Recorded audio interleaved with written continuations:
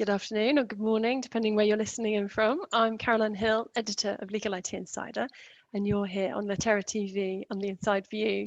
And I'm here with Joe Seifert, CEO and co-founder of H4. Hi, Joe. Hey, how are you? I'm really well, thank you. Yeah, it's Friday. Right. A rainy Friday in London. And we're both in London, which is so this is a global show, so it's nice that we're both in the same time zone as well. So it's nearly the weekend for us. Right.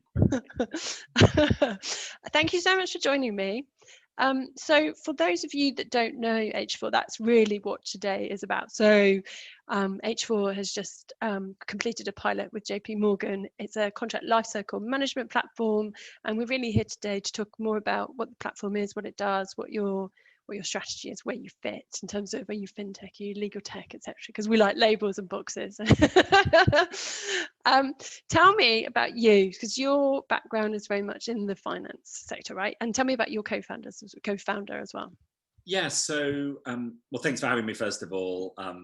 Friday afternoon invite. Hopefully people are preparing for fun things the weekend. My background, I started my career in investment banking in 2001 at JP Morgan in London. Fresh out of university, and I spent 12 years in the bank in various capital markets, M&A, and as a client executive. I then left the bank and went to a client. I really saw financial markets from a client's perspective. And after a few years there, really, I guess, being fed up of the difference between the technology I had at home and in my life as a consumer versus what I was doing in my job, both as a banker and then as a client of the bank and large law firms, just, how frustrating that was. And that was really the founding principle, if you like, of how we came about the concept of what we're doing at H4. Two co-founders, another banker who I'd worked with a long time, Nick, and his best friend was a software engineer, and so, which is quite helpful. And so the three of us co-founded the business back in 2015-16. And you're quite diverse, aren't you? So I was looking on LinkedIn and I was looking on your website, and actually you sort of pride yourself on being quite diverse, don't you, in terms of both geographically and in a number of different ways. Yeah, I think, for lots of different ways. In terms of whether it's about clients, people, the team. It's funny, bringing together lawyers and bankers and software engineers and product people, there's some great similarities. We joke sometimes how engineers and lawyers are actually more similar than different, but sometimes from different worlds, and that makes it an interesting challenge, but also a lot of fun. It's going to be, this isn't so much a question, but as an observation. So I'm used to having more lawyers on here, ex-lawyers, like sort of recovering lawyers, we often call them, who have taken a similar path to you. But it's interesting that you're from the business side. So I'm really fascinated to get your different take on it. Yeah, I think I must confess to all the lawyers listening that I didn't quite appreciate why some things took so long, and that comparison software wasn't what I thought it was, and verifying a prospectus takes time. I think, so we come in from a similar angle, I guess. The three problems, if you like, that H4 sought to address. One was just how long it takes to create a document. We used to joke that, obviously if you're a 10-year-old kid, you can use Google Docs, but if you're doing a $5 billion transaction, you use Word and email, and our engineers use Git. And so sort of lawyers are slightly stuck in this process of Word, email, and PDF. And one of the first things is just the time it takes to complete that. And as a banker, I used to be frustrated. And then as a client of, why is my prospectus being finished? It's still being verified. And I didn't quite appreciate that there's some poor associates sending paper back and forth and scribbling on documents and scanning them as a way of doing business. And so one of the core things we came about was, it just takes too long to draft a document. It really shouldn't need to be that bad. That's really, I guess, the part of our problem that we're solving that's most closely aligned to lawyers. I think the other two are more interesting for some of the business people. So the second part of the problem we're solving is really about, how do you get data out of documents? Yeah. Lawyers aren't great fans of Excel, as I've generally found, but no one reads these documents for fun. They contain loads of data, and if you're a very large bank or organization, just think how many bits of paper a large bank signs every day. It's just staggering. How do they know what they've signed? And how do they capture data from it? And so most people are when you ask people how they capture data, they get paralegals to read the docs and type it back out. Or Yeah. they employ AI, and some of that's great and some of it's not so good, but it's a really bad way. So the second part of what we're trying to do is to say, let's capture data at the point of creation. Let's do it once and do it well. And that data set is really important, obviously, particularly for banks. The third part sort of is relevant for banks and lawyers, which is, you know, historical content, having it available. And so these emails that everyone sends around saying, does anyone remember when, you know, this or that happened, or we changed this or that clause? And that's good for lawyers, I guess, to think about precedents, and no one wants to be told that there's a precedent that disregards what they just said. But also for the risk people in the business, they care a lot about obviously understanding how many of my agreements contain this libel issue or contain some problem with sanctions language or something else. So I guess part of what we do touches legal tech and lawyers, because contracts fundamentally there's a lawyer involved, but a big chunk of it is also linked to business and the banking world. Evolving it out. Do you know what? I'm going to come back, if it's all right with you, and drill down a little bit more into the platform and what you've just said. I'm really fascinated. And it's really interesting about where, you know, whether it is a business problem or a legal problem. And the reality is, I guess, that it can't, because of the volumes that you describe, it can't just be a legal problem. It has to be something that is coped by the business, because we know that if it's a legal problem, actually in reality, a lot of these things just get overlooked because they're just, legal departments don't have time or capacity, do they? So anyone who thinks, anyway, yeah, or budget. So, okay, but first, the beginning, perhaps, was the big moment for you in terms of your break, I suppose you might call it? Was it when you did a JP Morgan incubator, right? Is that right? When was that? Yeah. So I guess the path was, we came up with the idea in 2015, and it was really a US high yield bond deal that we worked on as a client that really triggered how crazy this was. And actually, one example, an investor on the roadshow said, "Look, I haven't read the prospectus because I've been emailed a 500-page PDF, and I've been given 6 hours to read it, and I've got someone typing out the tables from the PDF to Excel." Now, I knew those tables had started in Excel with the company, gone to a lawyer and been put in Word, gone to a financial printer and put into PDF.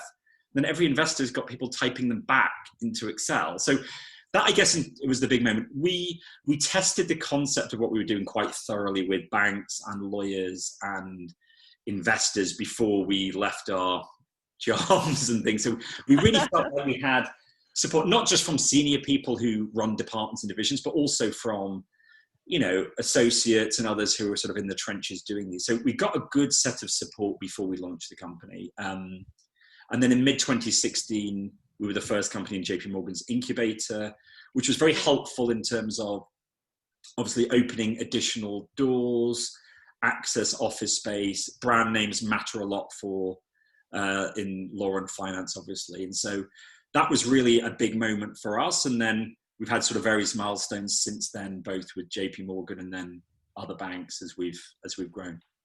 Okay. And you've actually, I was going to come on to this, but might as well bring it up now. So you've just completed your pilot, which is how come we're talking really. For you just announced that you've just completed your pilot with JP Morgan Global Custody Division. And I'm going to be honest with you. So my background is as a lawyer, and I was at Norton Rose Fulbright 1,000 years ago. I should know better, but anyway, I had to look up global custody. I did a stint in criminal law, and I was thinking, what's it? But anyway, I mean, obviously, for anybody like an ignoramus like me, global custody is huge, right? So it's how you manage people who've already made a lot of money, how you manage their money across the globe in different, you know, to maximize their investment. So it's a big chunk of, and JP Morgan's pretty well known for this business. I understand from my own research. So this is obviously, so you've done a pilot, and they've now rolled out your platform across the global custody division, and they're now gonna move on to roll out further. Yeah, that's right. So we actually started in the high yield bond prospectus space. So okay. Now we sort of had 6 banks and about 20 large law firms onboarded with us, mainly focused on the US market, just given the size, but also in Europe. But we've been really working the last 18 months on, we think it's really important to have something that's configurable across use cases, because we don't think that a lawyer or a business person wants to have 30 different platforms. We don't think it's really efficient to draft a credit agreement on this platform and an NDA on that platform. much as you could have on H1, 2, 3, 4, 5, 6, 7, 8, 9, 10, it's not that helpful. So we built the platform to be configurable. So the software doesn't really care if this is an employment contract, an NDA, a credit agreement, but it happened that the senior team at JP Morgan in the global custody business, I think, very early saw the potential benefits for their business, and they have a huge business. They're managing trillions of dollars of assets. And I think they saw the value in those three pieces, both in let's make contract creation faster, let's capture data more efficiently at source, and let's understand what we've signed better. And so we partnered with them quite closely for the last 18 months. I got to say, they've been a fantastic team to partner with, because it's very hard building a product for that level. And so, yeah, we're now rolling that out across their security services business globally, which is a huge number of document types and many thousands of agreements historically. But we're also working on a huge range of other use cases, but all focused on the finance and legal sectors. And as you can imagine, the problems that we're solving for global custody are very similar to other law firms and banks. Okay. And they're obviously, I know we're not going to talk about how much anybody's invested, but they're one of it's in the public domain that they're one of your investors, and along with a number of other banks as part of a consortium, as is Linklaters.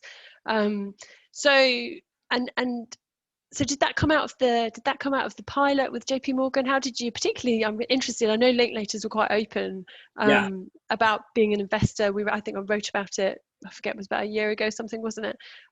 So how did that, so did you go out, you obviously went out to the market and was it sort of a seed funding? Is that how you describe it? Yeah, I mean, we announced the raise a few months ago, but actually it was a series of investments, and the first one was led by JP Morgan, really on the back of seeing the technology, knowing a lot of the team, which obviously helps, and say, this is something that can actually move the needle for a large firm like us.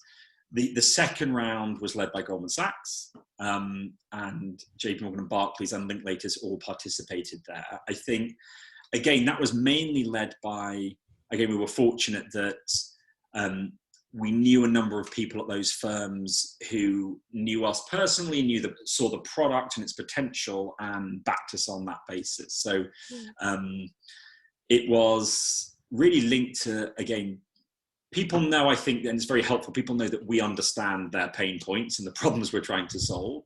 It's been really helpful. And, we have a number of ex-JP Morgan bankers, a number of ex-Linklaters lawyers, we know the individuals that we've been dealing with. So it's been great to have those firms, obviously, as shareholders and as supporters. But I think the banking world is much better than the legal world generally at the idea of a consortium, and that the problems that big banks face are similar. And, if everyone tries to solve it on their own, it doesn't really get you as fast as you need to be. And but we deal with 20 law firms and 6 banks total. It's a really interesting point, actually, because I think traditionally law firms haven't. So it's becoming more commonplace to see a law firm invest, but it's still not usual. And actually, I think it still raised eyebrows to see Linklaters as one of your investors. There are other examples. You'll be familiar with Rain and Court and things like that, where law firms have got together and invested. But it is interesting, and so they've been helping you in developing the product and sort of making it a bit more of an iterative thing. Is that right? Yeah, I think, the help we get from the firms is a whole range of mix of things, actually. Some things, for example, the banks are very used to investing in technology companies. They can help point us to organizationally things we need to do better.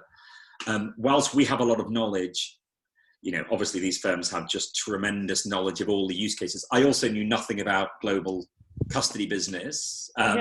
So, we know general problems with document drafting, we know business problems, but really some of the detail of workflows and others, it's important to, again, I would say, one of the things with investing dollars is sometimes I forget the banks are so large compared to the law firms. So some of our investors spend more than $10 billion a year on technology alone and have more than 40,000 engineers. That their sort of scale and ability to invest and ability to grow is so huge compared to any individual law firm, where also it's the partnership structure and other things makes, they don't have billions of dollars being spent on tech generally. You must see, so that's one of the reasons it's fascinating to speak to you, because you've obviously got that very stark comparison. So you're a bit in both worlds. So you, in terms of, I'm going to come back. I really want to make sure we have time to talk about the platform and make sure that we don't run out of time, because I really want to talk about like how, how so perhaps you give us an example of how it works and who the owner is, like whether it's anyway, we'll come back to that.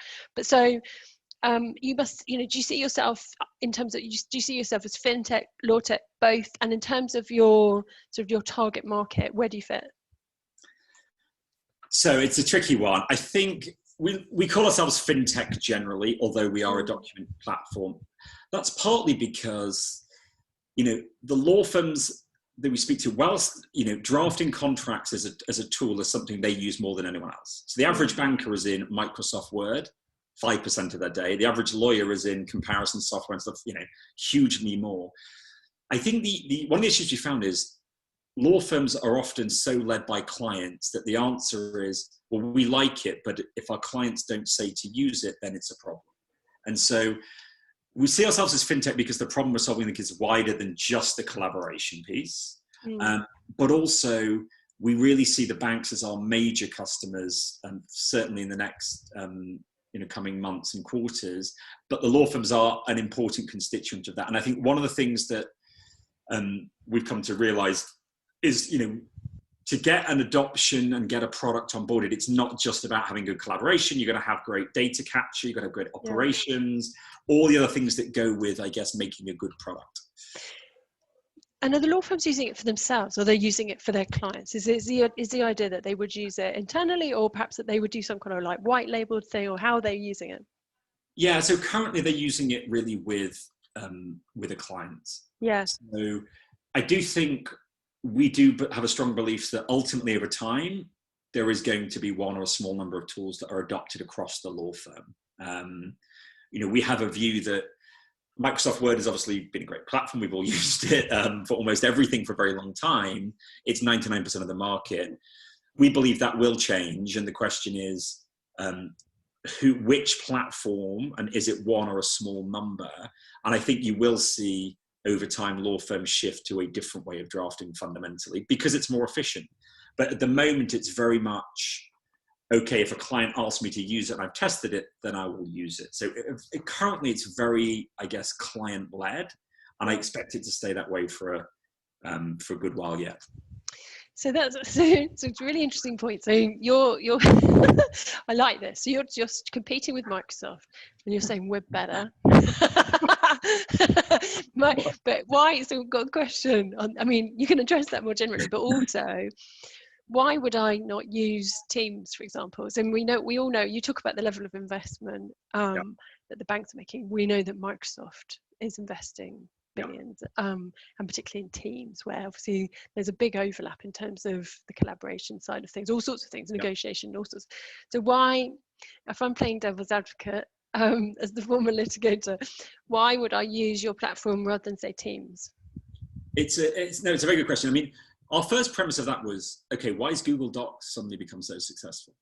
And Teams is really an enterprise version of Google Docs. I think the big difference we have versus that is those are very much paper on screen concepts.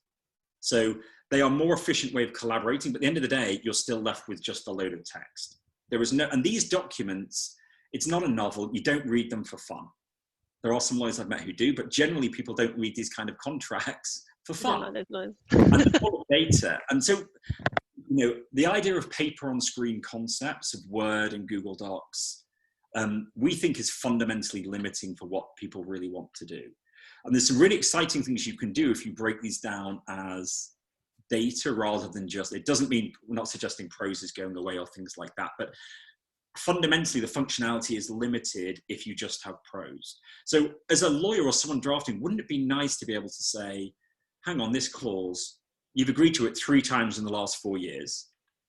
The other times you didn't agree with it, this is the language that you had. Suggested content, wouldn't that be nice?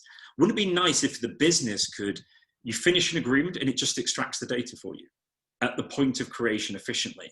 The concepts of, paper on screen concepts like Word and Google Docs, they're great for collaboration, but they're not great for treating these documents as data. And we fundamentally believe a change of control clause is a block of data. The governing law may be a piece of data. Is it a strong or weak indemnity? Piece of data, that's more subjective. But these documents break down like that. And I think our view is, particularly for the markets we're focused on, financial services and others, these documents are data. They need to be treated as such. And therefore, that can't really be done in the context of a Google Docs or Microsoft Teams as it currently stands. So and there's a number of other platforms out there, have a strong view that this is the way the future of these kind of documents are going to be drafted, and the functionality that comes with it has to be on a documents as data basis rather than documents as blocks of prose. And so let's go back. So you touched a lot already on how the platform works, but I'd like to do in our last sort of few minutes, I'd like to do a little bit of a sort of deeper dive. So you've got your digital library, you've got collaboration, negotiation. I'm reading this off your website, so I've written it down on paper. That's really old-fashioned, isn't it? Because I'm not in my office, I haven't got my split screen.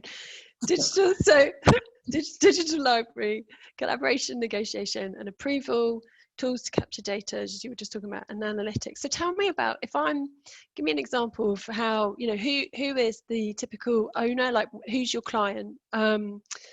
When you go, will it be the legal team in a bank, or who typically would be the owner of this? And then how do I start using it? Yeah, so I mean, the ultimate owner is the business team generally, because they're usually responsible for budget and other things. The users are mixed between, so the people collaborating to create the documents are principally the legal team. Yeah. And with their counterparts. So for them, they can pull a precedent or a template, easily change it, update it, share it in a convenient way, run red lines within the platform, all those kind of tools, get approvals and comments in a much more efficient way. So again, writing comments in Word on things is still quite painful. They can select some comments for a person in tax or someone that needs to approve it. You can put your playbook or full book language, embed it in a document. So those parts of the processes for the lawyer are more efficient. When they finish the agreement, the data capture really is where the operations team steps in, and they, instead of getting data now from, well, I've sent it to someone to read a PDF and type it back out, they're going to capture data in digital format at source. So the operations team then can take the data from the agreement and put it into their various systems that they need to use that data for. And then in terms of the library, that's useful for business teams. When I speak to a client, it's nice to know, hey, what 4 agreements have I signed with them? But also for the lawyers, because people don't open Word and start drafting. It's a template or a precedent. So having that library is useful for both the business and the lawyers. So I guess one of the difficult things with our product is it does touch different teams that are involved, and that sometimes makes the surface area we're dealing with a bit greater. But we think they're inherently linked, because when I draft, I take from precedent. So if I have a library, that's very helpful. And if I draft on platform, it's easy to capture data, and that then feeds my library. And so creating that virtuous circle, we think, is a key part of what we do. So we have lawyers, bankers, and ops people all heavily involved. Yeah, be interesting to see, because lawyers, and actually we should mention, so Litera are very much involved with Word, and lawyers, they are comfortable with Word. It's interesting, and they're very slow to shift, aren't they? So, and they tend to live, Microsoft is their world right now. It would be interesting to see, I guess you have to integrate with, all of the other software that they use in order to make sure that it's seamless. Because one of the things that I've seen is that they don't want to shift, do they, between platforms? It needs to be a seamless experience. Right. And so, and the world is obviously moving to, I think we're practical, and so we have the ability to coexist with Word and PDF, because if you've got to deal with 100 people working on it, and there's 2 people that just say, I still dial for a taxi and I still want to receive this paper version, we'll cater for them, because that's practical. I think I was surprised, how quick did I ditch my Walkman that I loved and get an iPod. Look, I use Word. I remember using WordPerfect. Yeah, I used Microsoft Word my whole life. Me too. And now I use Google Docs, and I don't have to call Google to figure out how it works. Word processing functionality is very simple. What I don't like is Word crashing when I put a Word table in and losing work. I don't like putting comments in Word. And in fact, when I go back from using Google Docs to Word, it feels like I'm calling a cab and going back so far in time that it's really inconvenient. So adoption is tough. I'm not going to say it's not. Of course it is. Yeah. That's really on us and the other technology providers to make a compelling product. I mean, and people have done it in the consumer space and in some business spaces. And I think that's really what our objective is, to make a product that's so good that it makes the adoption much easier. And just lastly, because we're pretty much out of time, but so I was quite surprised actually by the number of big law firm clients that you have. So obviously I knew we wrote about Linklaters investing. We've already talked about that. But then on your website, you've got, I think this fact that their logos on your website is in the public domain, right? So there's a number of Magic Circle firms that are using you. I think I was a little bit, being perfect, I shouldn't say this on camera, but anyway, I was a little bit out of touch. But you've got quite a lot of big firms now, right? Yeah, I mean, our capital markets use case was good because it brought together some of the largest banks in the world. And when you have the largest banks in the world supporting you and your platform and your technology, then obviously the lawyers involved in that marketplace, really it's important for them to understand what we're doing and get on side. And I think that's been very helpful. They've also got to like the product. But so are they actually clients? Sorry to interrupt. So are they actually clients, or they're sort of involved? I suppose there's a difference, isn't there, between? Yeah, it's different. So they are users in our capital markets business. They've been users of our product, but they are not clients, as in. So we're onboarded with them and everything else. They use the product in capital markets, but they're not. We don't have long-term contracting sort of revenue arrangements with them. Yeah, okay. Well, look, I think I won't ask you another question because I'm about to get booted out. But listen, I really appreciate you talking to me. We talked at quite late notice, and I know that you've got a lot going on. So I really have enjoyed talking to you, and I look forward to hearing more perhaps in a few months' time. Thank you very much for having me, and have a great weekend. Thanks, Joe. Yeah, you too. Take care. Bye.